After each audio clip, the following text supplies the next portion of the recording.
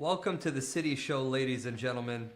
Today we have Jordan Laurelle, a lady who's self-described as a very resilient, empowered, self-made woman who has been through quite a lot in life, and she has had the opportunity to completely transform and grow her own set of beliefs, contrary to the beliefs that were imposed on her in life. She's redesigned her life. She considers herself an original thinker who thinks for herself. She's very creative, well-educated, and a thought leader. Her mission in life is to influence people's relationships with themselves first and foremost. Jordan, thank you for being here today. It's an honor to have you on the show.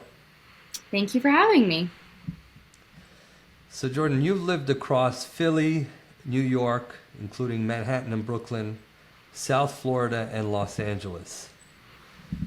What was your favorite of all these cities? New York. I always have to go with New York. Which of these cities would you say have been most impactful for your personal development, and why? I'd also have to go with New York. I found myself commuting there several times a week when I was kind of at the end of realizing that the basically cult that I was raised in and the marriage that I was in were just not aligned with me. And I also was being disempowered and abused in both and wanted better and different for myself. And so New York was a place where I first started to meet other women who were inspiring and empowered and really had an impact on me. And there's just an energy to New York that just makes you believe that anything's possible. I remember going to New York as a little girl with my family, and every time I was there, I felt that like surge of anything is possible in my body. And I just always was drawn back to it. There's so much in New York. You can do anything. You can be anyone. And I think it's just a really, really magical place that I've just never experienced anything like it. Do you think New York, in creating the persona that you have become, this enigmatic, magnetic influencer that has 250,000 followers, do you think the energy of New York has played into that and has allowed you to attract so many people, so many followers? 1,000%. I think New York really helped me step into my power, partly because it is a very difficult city to live in. I ended up moving there and living there for almost 3 years. I'm in the process of moving back, actually. And you have to be really resilient to live in New York. You have to be a strong human, like especially if you're walking outside to get the groceries, like in the elements in the middle of winter, riding the subway, figuring out how to navigate the subway, just having to make enough money to be able to survive there and be successful, to find and build community. Like it takes a lot to successfully not only live in New York but thrive in New York. So I was put up to that challenge when I first moved there, and I went through a divorce there. Really went through a lot of finding myself there, and I do think that it's kind of the difficulty of living there, but the excitement that together like inspire you to really step into this more empowered, resilient version of yourself, or at least that's what it did for me. And you mentioned that you've had the opportunity to interact with so many people, to build relationships, connections, and that has led to opportunities both professionally and personally. Do you think New York is more impactful than, let's say, LA, Miami, or other cities that you've lived in? There's so much more opportunity there. Everything is in New York, basically.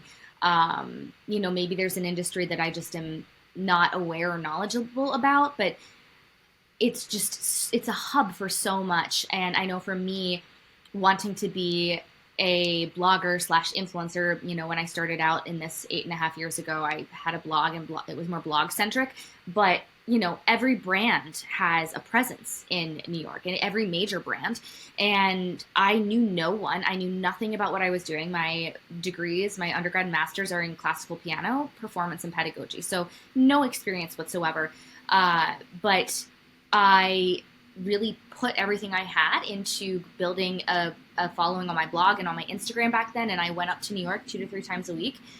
And every event I went to, and I networked and I met people, and I emailed every PR firm I could find a contact for and set up meetings, and just I really put myself out there and took every opportunity I could get, and was able to build quite a community and quite a network and quite a brand and business and name for myself, which honestly, the business that I built is the reason why I was able to get out of a disempowering, controlling, and abusive marriage. New York helped me become self-sufficient to the point where I was able to kind of blow up my life and start a whole new chapter for myself. And I think it's because there was just so much opportunity for somebody who's eager to really create a new version of themselves or their life. It's a really amazing place to do that. And I think it probably has more opportunity than most places. That's really inspirational, Jordan. You know, you just used a French word, pédagogie. Ah, yeah. Did you say pedagogy? No, I said pedagogy. And is that word used in American English? Yeah, so technically my undergrad was piano performance, pedagogy, and collaborative arts. So I was trained to be a performer as well as a teacher, as well as to work as a collaborative musician. So I accompanied choirs, instrumentalists, vocalists, and church congregations. Well, I was educated in French, so when I hear the word pédagogie, I think, you know, a super French word. So it's pretty cool that you use that word. Ah, je parle un peu de français. Vous parlez un peu de français? Ah, Oui. ben, ça me fait plaisir. Enchanté. Enchanté. So would you say that New York is the most accepting city for people seeking to redefine who they are? I would. It's a melting pot. There's so much diversity, and people are going there a lot of the times because they want to create their dreams, and it's a hard place to be, and I think that kind of builds a little bit of camaraderie with people who are there. It's the ease in which I've found, the ability to converse with people that I meet at a bar. So many times I've been at hotel bars or jazz clubs or whatever, and it's just, you can have conversations with people, and I've gotten really deep with strangers and had amazing deep conversations with them. And so I think that, yeah, it's a bit easier to connect with people in New York. But there's a lot of diversity in, let's say, LA as well. Mm-hmm. Would you say there's more opportunity to connect with people on a deeper level in New York compared to LA? Yes, I have found that to be the case. I spent almost 2 years in LA and almost 3 years in New York. So I spent a decent amount of time in both cities. And I mean, I guess I've commuted to New York for about 4 years. Maybe 3 years. Yeah, 4 years outside of the 3 years I lived there. So I've spent a lot more time, I guess, overall in New York. So maybe I am a bit biased, but I've heard the same thing. I've had so many conversations with friends because I've had many friends who have done the same thing as me, moved to LA and then moved back to New York. And just a lot of agreement on that experience that there are a lot of people who I think are just shallow in LA, who really are just looking for fame and money. I think, yes, people are chasing a dream in New York, but I think it's more about a passion versus something that is like external and superficial, like fame or money. There's nothing wrong with wanting fame or money, but in and of themselves, they're not something to chase. I don't personally believe. I think they're things that are a byproduct of you chasing a passion and a dream. And so I think there's a lot of people that just don't have a lot of depth because they're caring about stuff that really doesn't have substance to it. I also think that it can be very cliquey in LA. There are a lot of people who are born and raised. So there's people who already have their friend groups and they're just not that interested in expanding. But also it was very bizarre to me when I lived there. I noticed people didn't want to leave their pockets and travel to I was on the west side. I lived in Santa Monica, and it was such a big deal for my friends to come out to Santa Monica if they lived in West Hollywood. It's like, but aren't the two 10 minutes, 15 minutes apart? It's in about an hour and 15 minutes with traffic, but I'm just thinking they complain like, oh, it's just so far to go, or it was an annoyance about waiting in traffic that long to travel, such a short distance. Because yeah, it's a very short distance. But I'm like, you do the same exact thing in Manhattan, and people will go all over.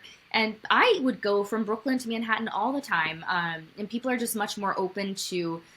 And obviously, public transportation does probably make that a good bit easier. But I drove all around LA. I had no problem driving all over. So I think people are just kind of in their bubbles a bit more in LA, which makes it a bit harder to connect.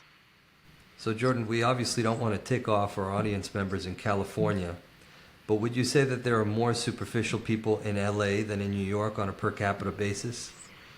I think so. And again, I love LA and I met a lot of amazing people there, but there are a lot of people that are chasing fame and fortune and success there, like just for those things. And I personally don't believe we should be chasing, I don't believe we should be chasing anything, but certainly not fame or money or success or clout. Like those are just things that are never going to satisfy you and are just going to, they're not going to fill that emptiness that I think people are looking for them to fill. Whereas I think people in New York, there's a lot more, like people are there to chase their dreams, which are usually actual dreams, not just like money or being famous. So I think LA just lends itself to a lot of people who are kind of looking for the wrong things. Like there's a lot of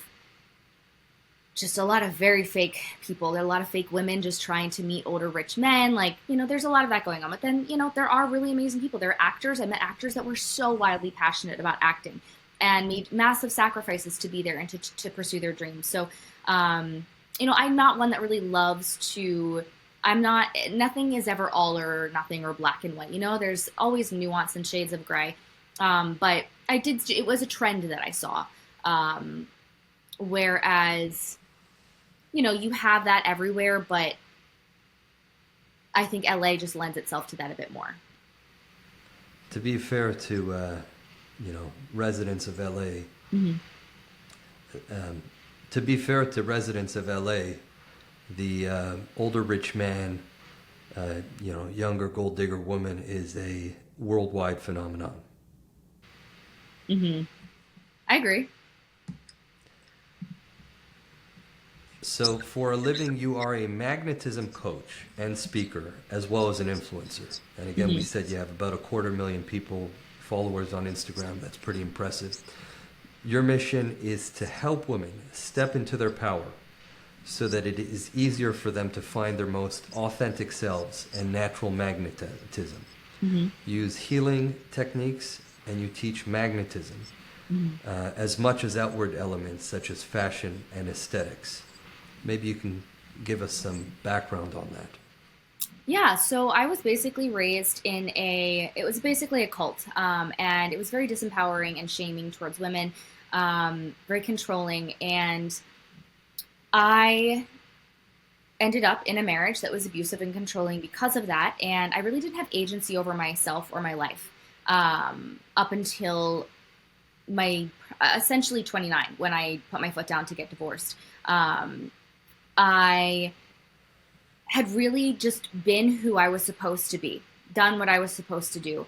And that is just so opposite of how I'm wired. I really am a value-driven person. And going through all of that and coming out the other side, I hit rock bottom. And I had gone through a lot of abuse as well and just realized it was not okay. And I really dove into mental health, mindset, nervous system healing, which eventually led me to really become passionate about empowerment, especially female empowerment, because the more I connected with myself and healed myself and really built a strong relationship with myself, the more I stepped into my power. And manifestation was such a wonderful tool for me to actually learn about stepping into my power, because manifestation makes you get really clear on who are you and what do you want. And oh, by the way, you can create anything that you want. And a lot of people live as victims. And I was a victim. So I really clung to that victim mentality and lived as a victim for a lot of my life. And manifestation made me let go of that, because manifestation is taking radical responsibility for your life but then also for yourself, because we manifest who we are. You get what you are in this life. It's all about embodiment. And that's really why I focus on magnetism, because manifestation can be, I have my 7-step process and it works and it's great, but it really all comes down to who you're being. And you don't even really need to focus so much on steps and doing. So like when you are so good within yourself, and like to me, being good with myself means I know how to work with myself. I know how to love myself. I know how to emotionally support myself. I am clear on who I am and what my values are and what I want. And I have created a life that's in alignment with that. And when you live that way, when you have that as your foundation, you automatically just live from your power and magnetize everything that you actually want and need. A lot of people want things that they don't actually want. They think they want them. A lot of times because they think it will get them what they want. And it's just a very unfulfilling and defeating way to live. I have found so much freedom and joy and peace from being really good with myself and creating a life that aligns with who I am and what I value. And that to me is the best gift I could give anybody, is to teach them how to be magnetic, which really stems from being good within themselves. So, yeah, that's And kind of I think magnetic people, regardless of age, they can attract people.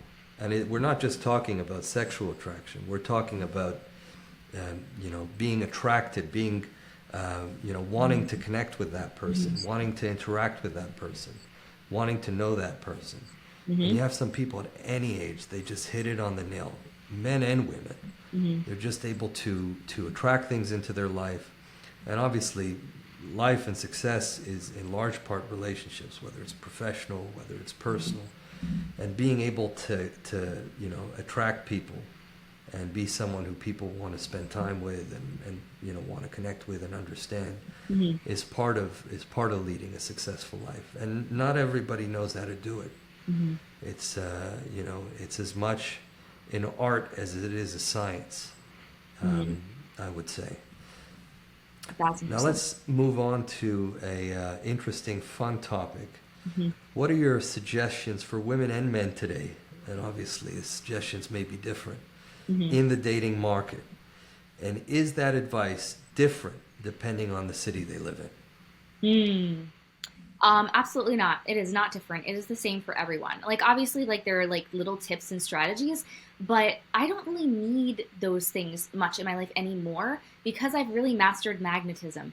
You don't need. There's so many sad things I see online where these like women are being like, here's how to seduce the man, or here's how to get him back, and it's like you don't want to be doing anything to like make something happen. That is a chasing, forcing energy. That's a scarcity mindset. Like you are going to block what you actually want and block what feels good.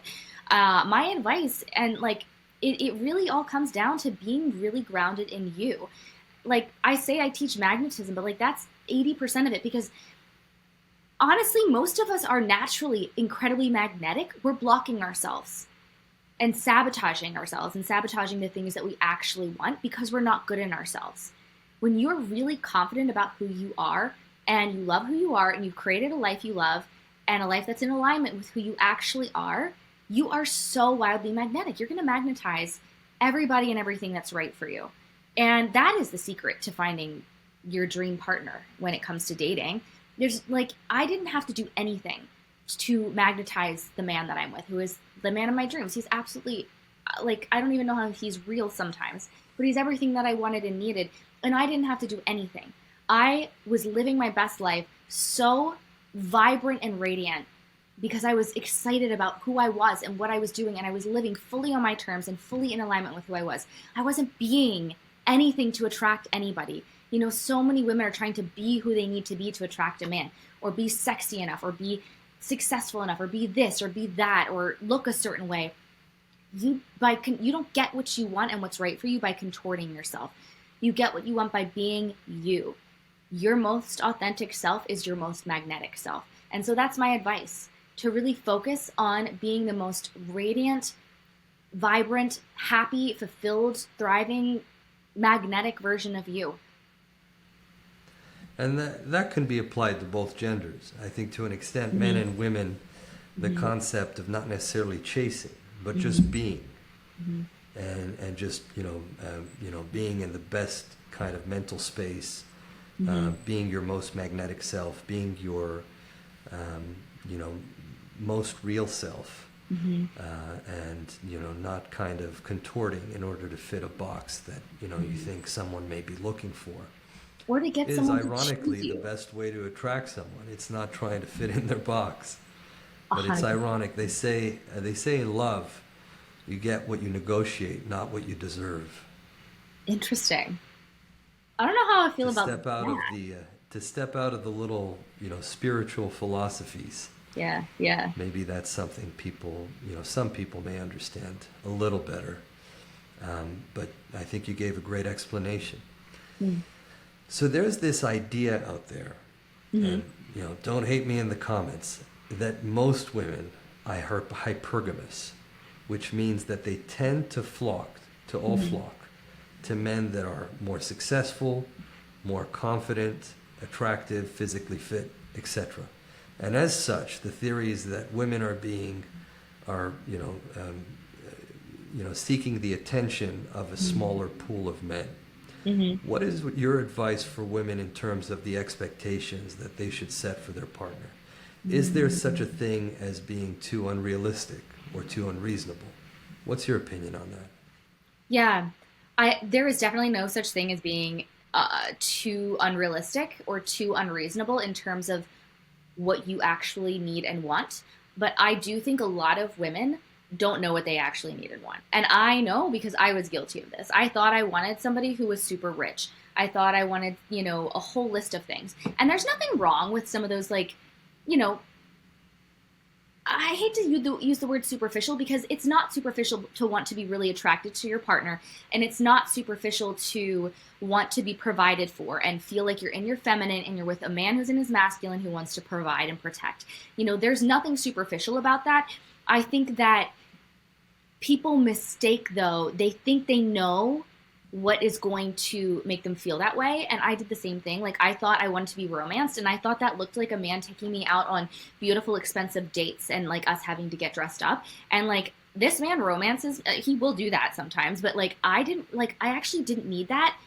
I don't know that maybe we did that once in the last month. I don't even need that or think I want that a lot of the time because he romances me in so many other ways. The way this man thinks of me. Like, if I ever come over, he has ordered a dish that he knows I love just in case I didn't eat. The way anytime he knows I'm hurt or upset, like, please let me listen. Tell me everything that you're feeling. I want to listen. I want to validate you. Like, he romances me in such way more meaningful and substantial ways than taking me on fancy dates or buying me fancy things or whatever. And I think we as women think that those things will make us feel romance. They think that that's the way to have romance, or we think that being provided for means the man needs to be wealthy or rich. And like, it's just not the case, And so that's why you really need to get to know yourself and what do you actually need? What do you actually want? And get clear on how you want to feel and be a little less attached to exactly what that looks like.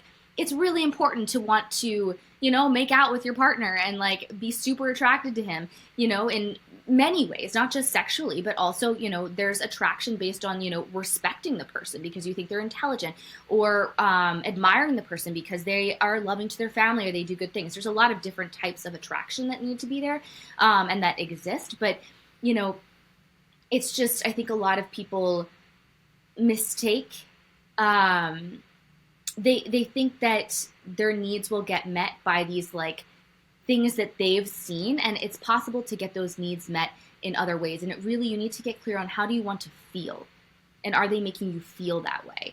I lost my train of thought there for a second with where I was going, but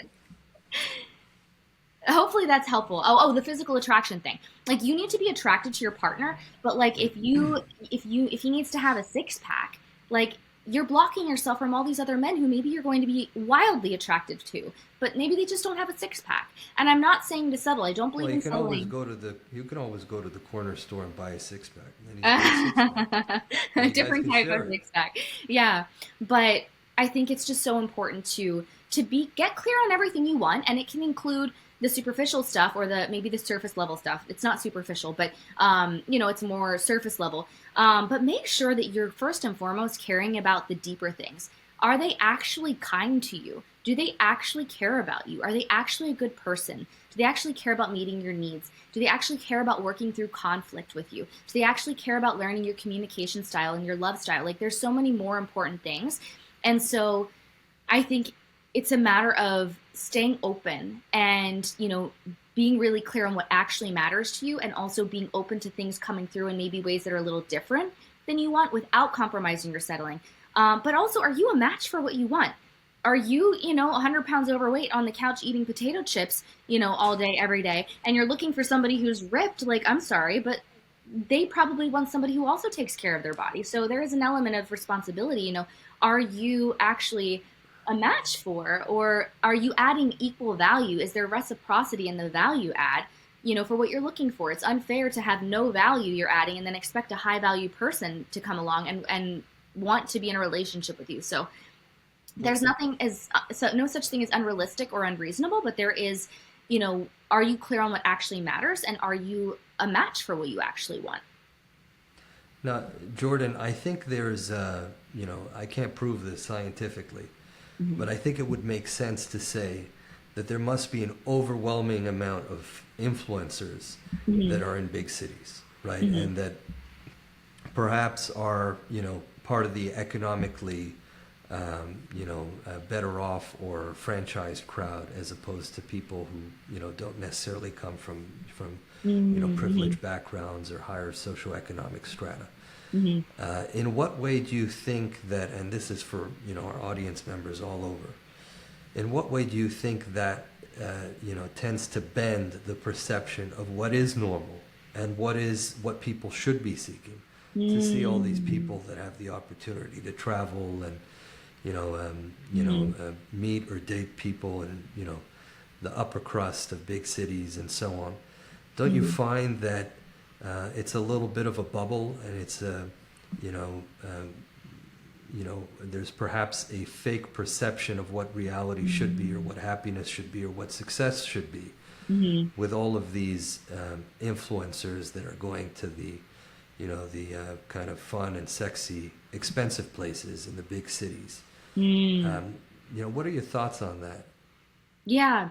Yeah, I definitely even fell prey to that myself, because I didn't come from money. I'm self-made. And it was very frustrating for me for a long time to see these women that came from wealth. And so they just automatically, started out they had a whole advantage, or a lot of them had parents that were very connected in the industry, especially the fashion industry.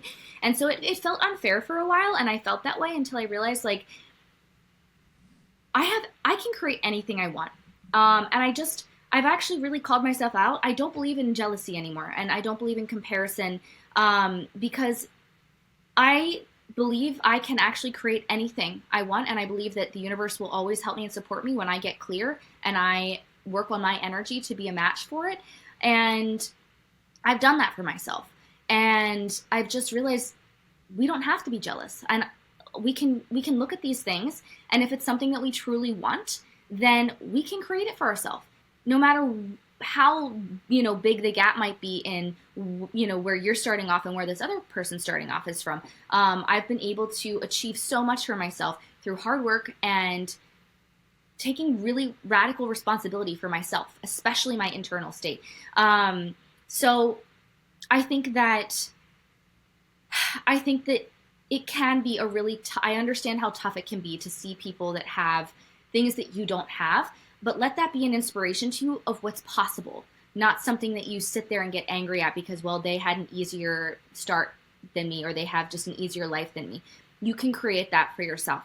I do think that there is a problem with when this stuff is not balanced with substance, which is kind of what happened to me. I during COVID was when I really started posting about mental health stuff. I just felt so shitty just talking about fashion because I was like, there's so much more than this. Like, this feels so silly right now. Especially when the Black Lives Matter movement happened, like just everything that went on that year, it just felt silly to only be talking about like makeup and fashion. Um, and that stuff never actually will fulfill you. It's kind of the same thing: fame, wealth, success, money. Like, external stuff will never give you the happiness that you're looking for. And I do think we need to do a better job of talking about that online. And that's why I started talking about all of these things, especially your relationship to yourself. Like, that is where true happiness and peace and joy comes from, is being really good within yourself and following your dreams, following what lights you up, having passions. It's really the internal stuff that's going to fulfill you. Meaningful relationships, giving back, having impact. Like, even if it's only impact in your small little circle in your town. So I think that, and They say the happiest people mm-hmm. are people who give. Mm-hmm. And we're not talking about, money. We're talking Mm-hmm. about people who give their time, people who help others, Yeah. people who are generous with others in terms of supporting others. So I think that's an interesting point. Mm-hmm. In cities like New York, LA, and Miami, where should people focus on dating opportunities outside of dating apps? I mean, this kind of goes back to what I was saying about, if you want to be magnetic, create a version of yourself in your life that you love. If you are living a life that you really enjoy, you're going to have hobbies and you're going to be doing things that fulfill you and light you up. You're going to have community, and those are great ways to meet people. If you're really passionate about fitness and you're going out and doing fitness related things, you're probably going to meet somebody else who's related, or who's interested in fitness. And that's a really great foundation of something that you can share in common. Maybe also exploring, because values are really important. I really feel like aligning on values is such an important thing especially like if you want a long-term romantic partnership. Find a book club, or where you can actually talk about these topics, or go to events in your city. Like, I went to a Jordan Peterson talk in Philadelphia back in April and ended up talking to a guy in line there, and we hit it off and he asked me out on a date.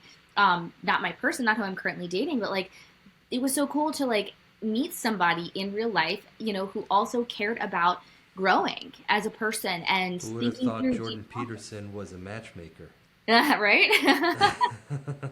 Yeah, so follow what you're interested in. You're going to meet other people with similar interests, which often can tie into similar values. What are the best places for a first date in New York and LA? Okay, so I am like a wine girl. I love a glass of wine, especially red.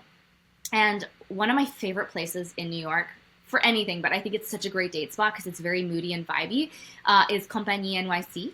They are a French wine bar, and everybody that works there is a sommelier, and they have quite an extensive wine list. But what's so fun, and I think it's such a great date spot, is because they have a mystery red wine and a mystery white wine. And if you guess from their bottle list which white or which red it is, whatever you picked, you win a bottle. And it's a huge list because like it's a really like, they are wine people there, but it's just so fun to like, break the ice and take the attention off of getting to know each other or your nerves for a little bit.